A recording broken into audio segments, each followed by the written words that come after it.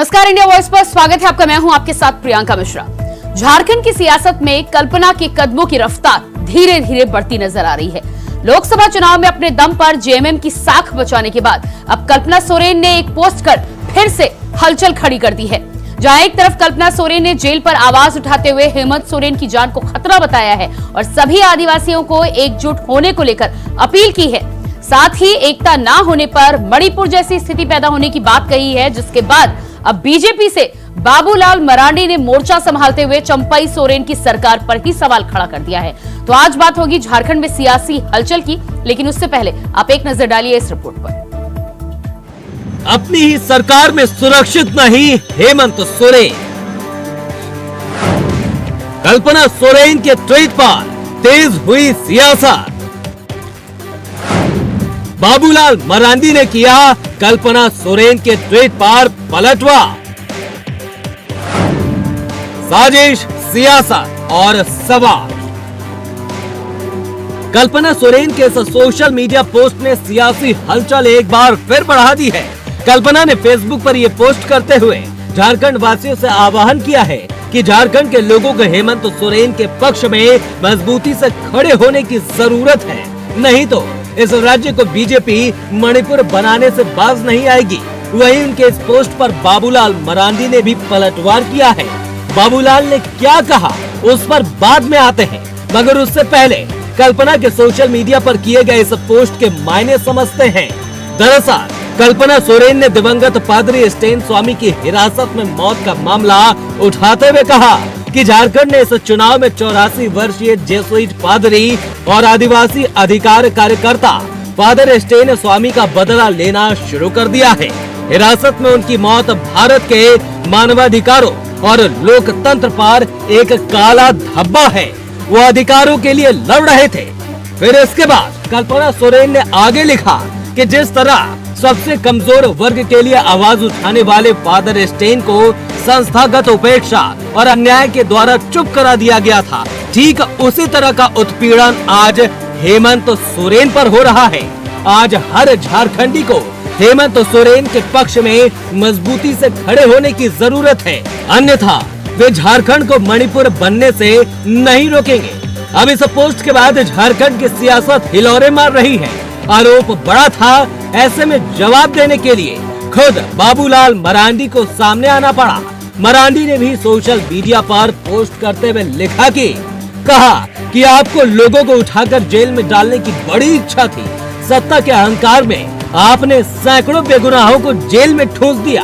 तब आपको ना तो मानवाधिकारों की याद आई और न ही जेल के अंदर की बदतर स्थितियों की, लेकिन ईश्वर का जेल का खेल शुरू किया था। आप अपने कुकर्मों के कारण उसी खेल का शिकार हो गए। उन्होंने आगे कहा कि अच्छा, अब आप बेकार में मानवाधिकारों और आदिवासी भाइयों की चिंता में हैं। जब संथाल में सैकड़ों आदिवासी बेटियों को लव जिहाद में फंसाया गया, लाशें बिखेरी गई, गाड़ियों से कुचला गया, तब आपको आदिवासी याद नहीं आए। आगे उन्होंने कहा कि हेमंत जी, अगर जेल में आपको प्रताड़ित किया जा रहा है तो आपकी बैरक की सीसीटीवी फुटेज सार्वजनिक की जाए। मैं आपको विश्वास दिलाता हूँ कि मैं आपको न्याय दिलाने के लिए आपके साथ खड़ा रहूंगा और चंपई सोरेन सरकार को जेल मैनुअल के अनुसार सभी सुविधाएं देने के लिए मजबूर करूंगा। खैर, सोशल मीडिया पर छिड़े इस सियासी घमासान में कितनी सच्चाई है ये तो जांच का विषय है, मगर जेल के जुल्मों का आरोप लगा कल्पना ने नई सियासी लड़ाई का आगाज जरूर कर दिया है। Bureau report, India voice, Ranchi. तो जिस तरह से कल्पना सोरेन के पोस्ट ने एक बार फिर से झारखंड में सियासी हलचल पैदा कर दी है। एक तरफ कल्पना सोरेन की पोस्ट तो दूसरी तरफ बाबूलाल मरांडी ने सोशल मीडिया के जरिए इस पोस्ट का जवाब दिया है। एक दूसरे पर आरोप प्रत्यारोप का दौर जारी हो चुका है। कल्पना सोरेन जहां आदिवासियों को एकजुट होने का ऐलान करती हुई नजर आ रही हैं, सलाह देती हुई नजर आ रही हैं और साथ ही साथ मणिपुर जैसी घटना पैदा होने की स्थिति के बारे में भी अंदेशा जताती हुई नजर आ रही हैं। उसके साथ ही बाबूलाल मरांडी ने सीधे तौर पर चंपई सोरेन की सरकार पर ही कल्पना सोरेन की पोस्ट के बाद सवाल खड़ा कर दिया है। साफ तौर पर कहा है कि सीसीटीवी फुटेज उपलब्ध कराएं और अगर ऐसा कुछ भी हो रहा है तो वो खुद हेमंत सोरेन के साथ खड़े रहेंगे। यानी कि कल्पना सोरेन ने जो तीर छोड़ा था उसे उल्टा घुमाकर एक बार फिर से बाबूलाल मरांडी ने उनकी सरकार पर ही छोड़ दिया है और चंपई सोरेन की सरकार को घेरे में लाकर खड़ा कर दिया। अब देखना यह होगा कि सियासी हलचल के साथ सियासी लड़ाई की शुरुआत जो झारखंड में हुई है वो कहां तक पहुंचती है। एक तरफ कल्पना सोरेन ने जिस तरह से अपने दम पर लोकसभा चुनाव में प्रदर्शन कर जेएमएम को 3 सीटें दिलाने का काम किया है और इसके साथ ही साथ भारतीय जनता पार्टी को इस चुनाव में अपनी 3 सीटें गंवानी पड़ी हैं, उसको लेकर आपस में महागठबंधन और भारतीय जनता पार्टी एनडीए के बीच ठनी हुई है, तो दूसरी तरफ ये सोशल मीडिया वॉर भी लगातार जारी है।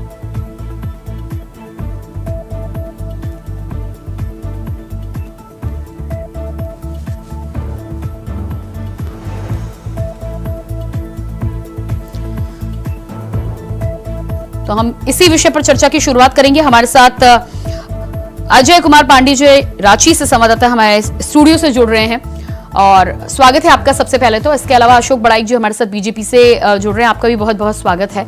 और हमारे साथ फिरोज खान जी कांग्रेस नेता जुड़े हुए हैं, आपका भी बहुत बहुत स्वागत है। तो सबसे पहले मैं अजय जी आपके पास ही आऊंगी। जिस तरह से ये सोशल मीडिया का वॉर झारखंड में शुरू हुआ है, कल्पना सोरेन की बात करें तो कल्पना सोरेन लगातार अपने सधे कदमों के साथ झारखंड की सियासत में आगे बढ़ रही हैं। यहाँ पर जिस तरह से आगे आने वाले समय में विधानसभा के चुनाव भी होने हैं, ऐसे में कल्पना सोरेन आदिवासियों को अपने साथ रखना चाहती हैं, उन्हें साधना चाहती हैं और लगातार हेमंत सोरेन के जेल में हुई प्रताड़ना पर भी सवाल उठाती नजर आ रही है। लेकिन उसके बाद बाबूलाल मरांडी का जिस तरह से पलटवार आता है, क्या कहना चाहेंगे आप? किस तरह की हलचल झारखंड में इस समय नजर आ रही है और इसके क्या मायने निकाले जा सकते हैं? देखिए, ये बिल्कुल सही है कि लगातार कल्पना सोरेन आदिवासी को लेकर के अपनी हुकूमत की आवाज़ निकाल रही हैं और निश्चित तौर पे ये बीजेपी के लिए या विपक्षी यानी जो बीजेपी के जो समर्थित दल है उनके लिए भी एक चुनौती है कि जिस प्रकार से चुनाव के नतीजे सामने आए हैं, इसे ये उनके लिए एक बड़ी चेतावनी है कि जिस प्रकार से मुखर होकर के एक नेतृत्व के रूप में सामने आया और उनको जो मैंडेज आदिवासी क्षेत्रों में उनको हार देखनी पड़ी, तो ये एक बात निश्चित रूप से एक उगलान के रूप में आदिवासियों में देखा जा रहा है, ये निश्चित है। लेकिन बात ये जो जिस प्रकार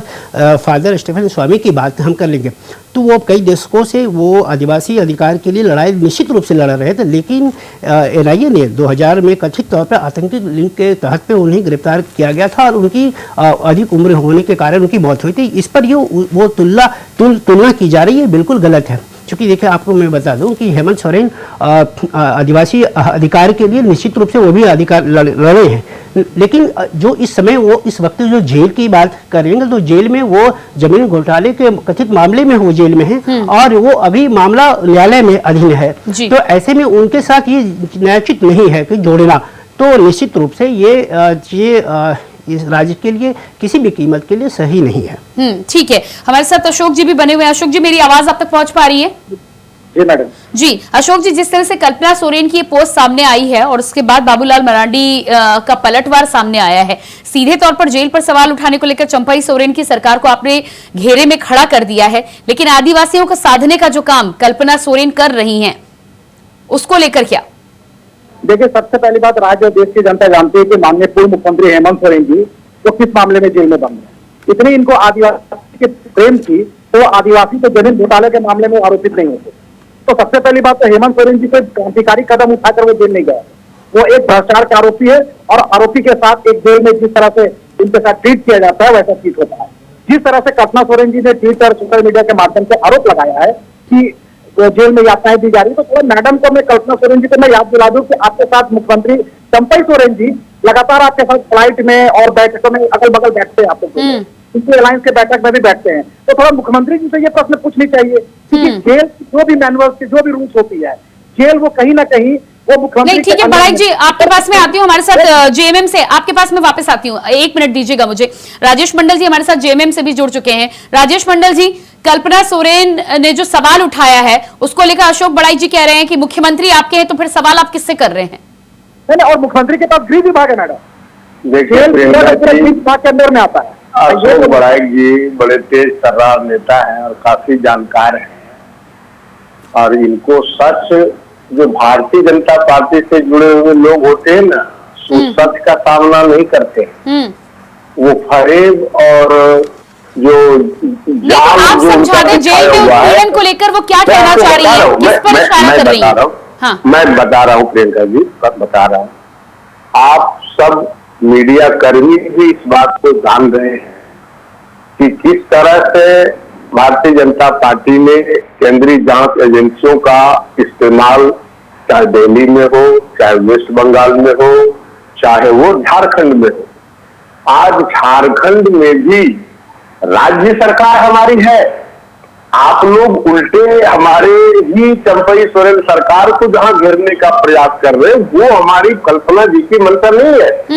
हमारी कल्पना सोरेन जी ने ये बात कही है कि जिस तरह से आज ईडी के पदाधिकारी जेल के अगल बगल इर्द गिर्द घूमा कर रहे हैं, जिस तरह से सारे जिले में जिला पदाधिकारी का वो कैसे कहें आपको हम कि उस पर नजर रखी जा रही है, किसका कदम हो रहा है, कौन उसके यहाँ आ रहा है, मतलब एक भय का माहौल है।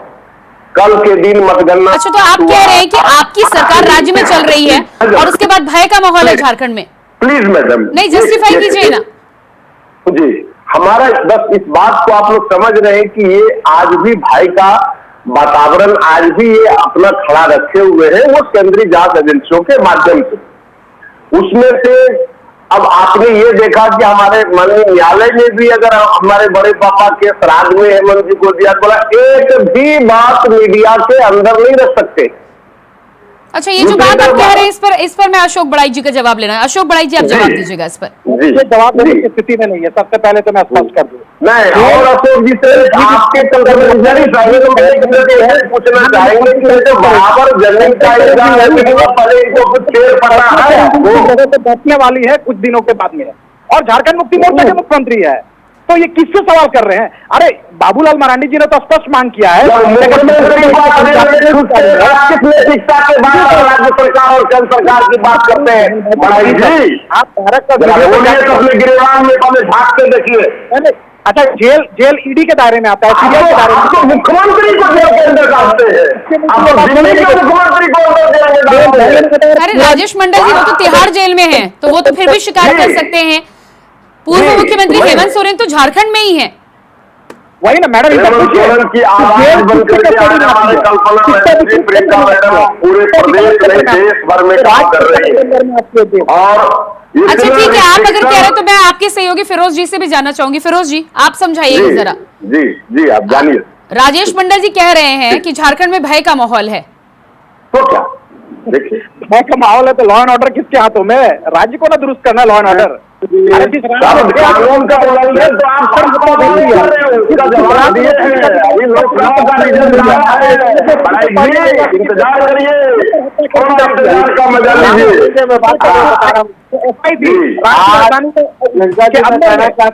झारखंड में जो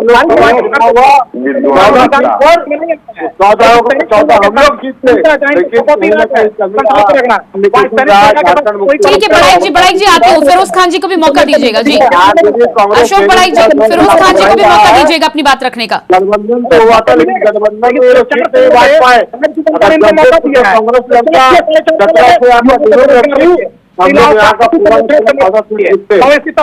अशोक बड़ाई जी 1 मिनट दीजिएगा। अशोक बड़ाई जी 1 मिनट दीजिएगा। फिरोज खान जी आप बताइए, राजेश मंडल जी कह रहे हैं कि राज्य में भय का माहौल है, जेल के आसपास तमाम तरह की नजर रखने की बात वो कह रहे हैं, लेकिन राज्य में सरकार आपकी है, आप किससे शिकायत करना चाह रहे हैं? किसकी आप शिकायत कर रहे हैं, किससे आप दुखी हैं? आज झूठा केस में मुख्यमंत्री हेमंत सोरेन को जेल भेज दिया गया केंद्र सरकार के इशारे पर। आज झारखंड में क्या हुआ?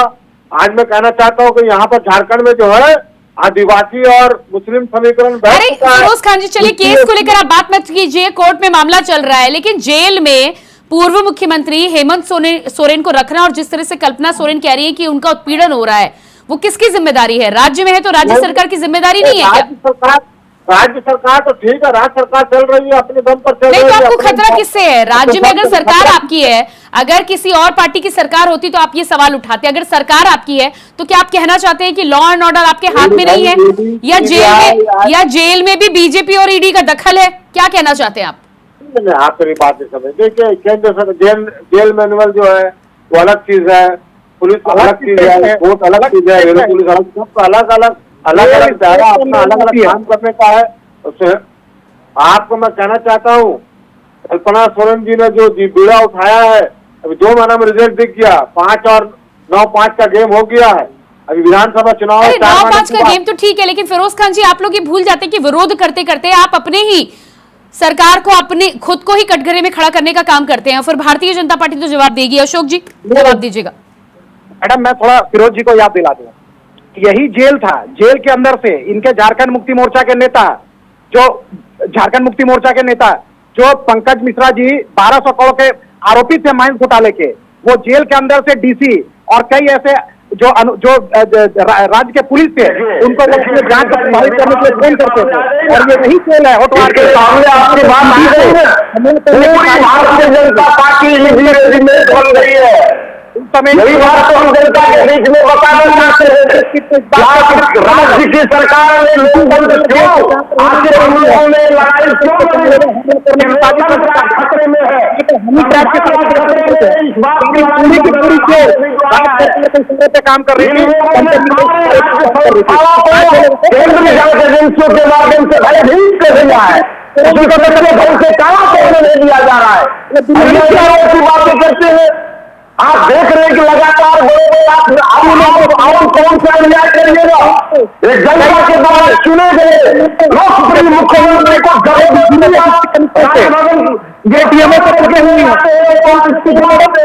और ईडी में फंसाया है कि राज्य सरकार को बोलने को कुछ नहीं। हमारे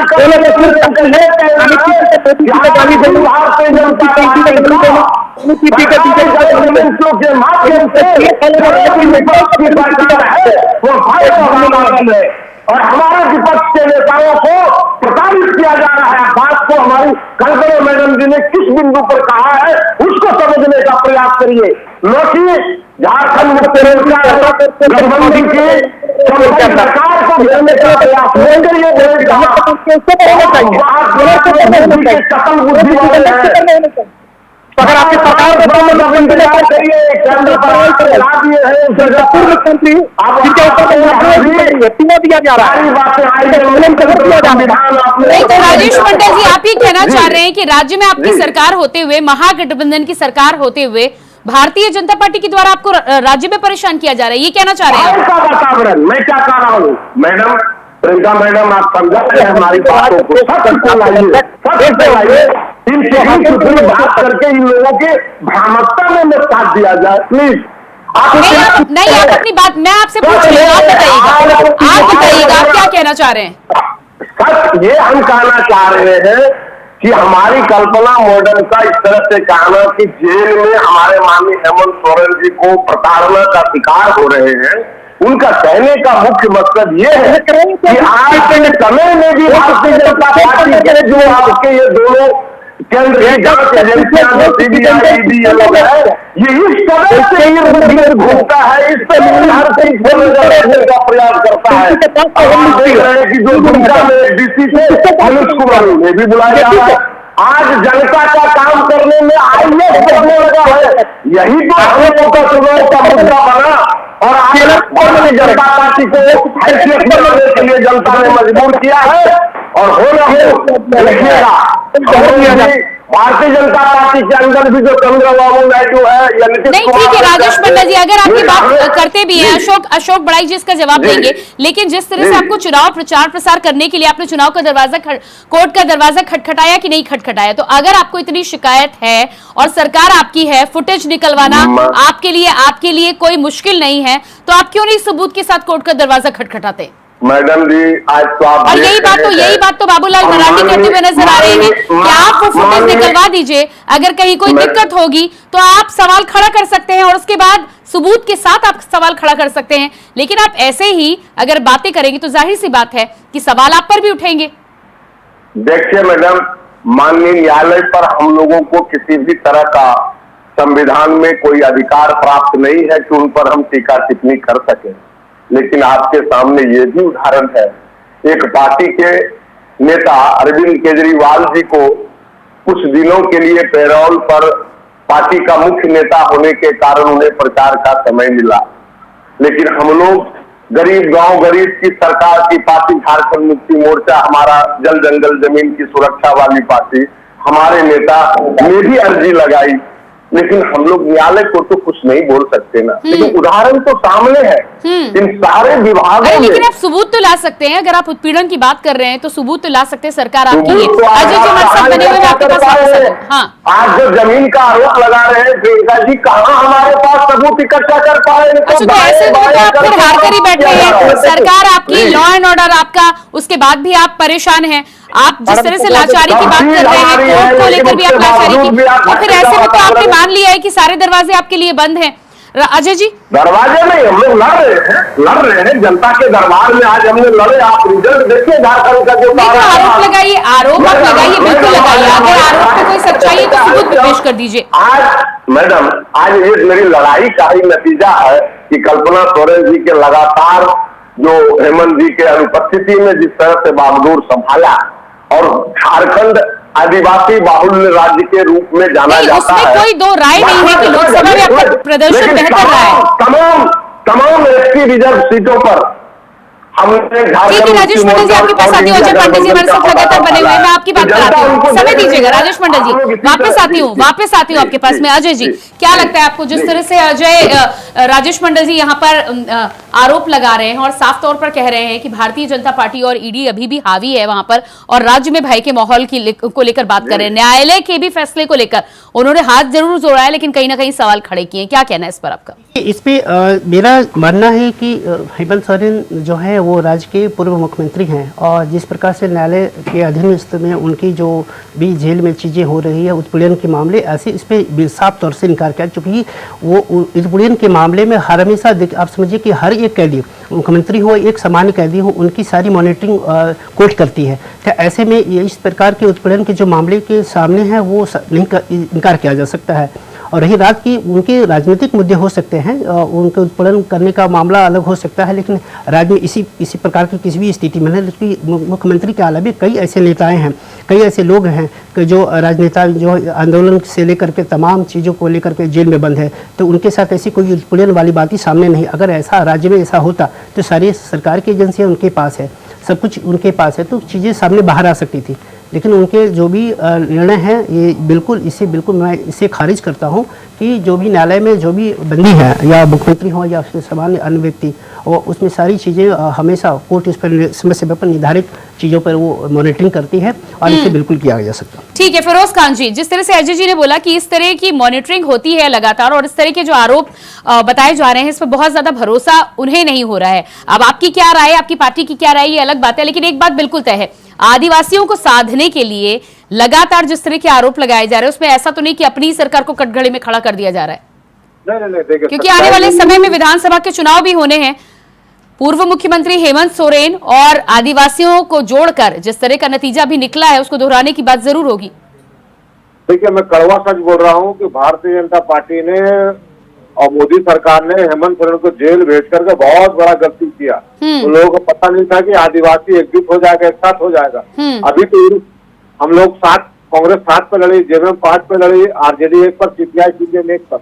अगर हम लोग अगर सही से सीट बंटवारा करते, झारखंड में 14 में कम से कम 12-13 सीट हम लोग जीतते। जमशेदपुर अगर कांग्रेस लड़ता तो वो जीतते, चतरा अगर जेएमएम लड़ता वो जीतते। कहीं ना कहीं कम्युनिकेशन गैप हुआ, गठबंधन ठीक से नहीं हुआ, लेकिन सीखने की जरूरत है। और हेमंत सोरेन अगर जेल में रहे, उसके साथ ही साथ कल्पना सोरेन ने यह भी कहा है कि झारखंड में मणिपुर जैसी घटना हो जाएगी, क्या इशारा करने की कोशिश की जा रही है? देखिए, अभी क्या है, अब तो बीजेपी सरकार, अल्पमत की सरकार है, वहाँ पर नीतीश कुमार और चंद्रबाबू नायडू मोदी जी को अशोक पराग जी फाइनल कमेंट दीजिएगा। घूमेंगे। देखिए, मोदी जी को तो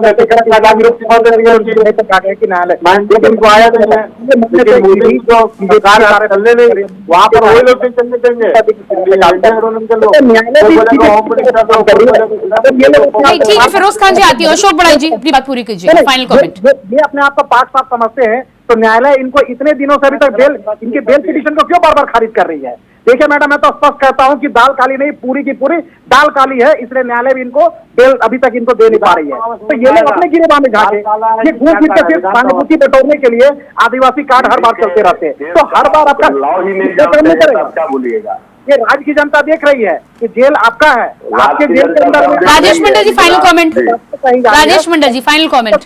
पहले तो मैडम हम बड़ाइक जी को इस बात का जवाब देना चाहेंगे कि आज हेमंत सोरेन जी को बेल क्यों नहीं हो रहा है। इनको ईडी को जो सरकार के द्वारा जो पावर दिया गया है वो ये है कि जब तक ईडी स्वयं, जो कि एक पार्टी तो कोर्ट में वो भी है, लेकिन ईडी के मैटर पर यह है कि जब तक वो स्वयं निर्दोष ना साधे या फिर बेल देने के लिए विरोध ना करे, तभी इस चीज को दोषी को बेल जा करके दिया जा सकता है। यही कारण है कि हमारे हेमंत सोरेन जी को बेल नहीं मिल रहा, जबकि आपके तरफ में आप बराबर देते हैं कि ये पावरफुल लोग हैं, बाहर निकलेंगे। चलिए समय मेरे पास ज्यादा नहीं, अजय जी फाइनल कमेंट दीजिएगा। साफ तौर से है कि जो जिस प्रकार से राजेश मंडल जी ने कहा कि उनको बेल नहीं दी जा रही, ये मामला न्यायालयाधीन है और न्यायालय को फैसला देना है कि वो बेल उनको मिले या नहीं मिले। रही बात ईडी के हस्तक्षेप की बात मैं कहूँ तो ईडी इस पर किसी भी प्रकार से वो अपनी डिसीजन नहीं, ईडी ने अपने जो भी सबूत उनके साथ उनके खिलाफ जो भी मिले वो कोर्ट में पेश किया और कोर्ट को अब निर्णय लेना है कि इस पर क्या करना है। रही बात कि मणिपुर वाली राज्य में जो भी चीज़ें हैं वैसी स्थिति राज्य में नहीं है। देखिए आदिवासी की बात निश्चित रूप से अपने राजनीतिक दलों को अपनी दलीलें हो सकती हैं, लेकिन राज्य में ऐसा स्थिति नहीं है। देखिए अभी आदिवासी क्षेत्र में अभी आज भी देख सकते हैं कि वो अपने हक और अधिकार के लिए स्वयं लड़ रहा है, किसी राजनेता और किसी राज सत्ता के लिए उनकी जरूरत नहीं पड़ी है। ठीक है, बहुत बहुत धन्यवाद आप सभी को मैं देना चाहूंगी। अशोक बड़ाइक जी, फिरोज खान जी, राजेश मंडल और अजय पांडे जी, बहुत बहुत धन्यवाद जुड़ने के लिए। तो झारखंड में जिस तरह से कल्पना सोरेन की एक पोस्ट ने एक बार फिर से सियासी हलचल मचा दी है, जहां एक तरफ हेमंत सोरेन पर उत्पीड़न की बात कल्पना सोरेन कहती हुई नजर आ रही है, तो वहीं बाबूलाल मरांडी खुद इस उत्पीड़न को लेकर चंपई सोरेन की सरकार पर सवाल खड़ा कर रहे हैं। अब देखना यह होगा कि आरोप प्रत्यारोप का ये जो दौर शुरू हुआ है ये कहां जाकर रुकता है और झारखंड की राजनीति में और क्या क्या देखने को मिलता है। फिलहाल हमारे इस खास कार्यक्रम में इतने ही। खबरों के लिए बने रहिए इंडिया वॉइस के साथ। मुझे दीजिए इजाजत, नमस्कार।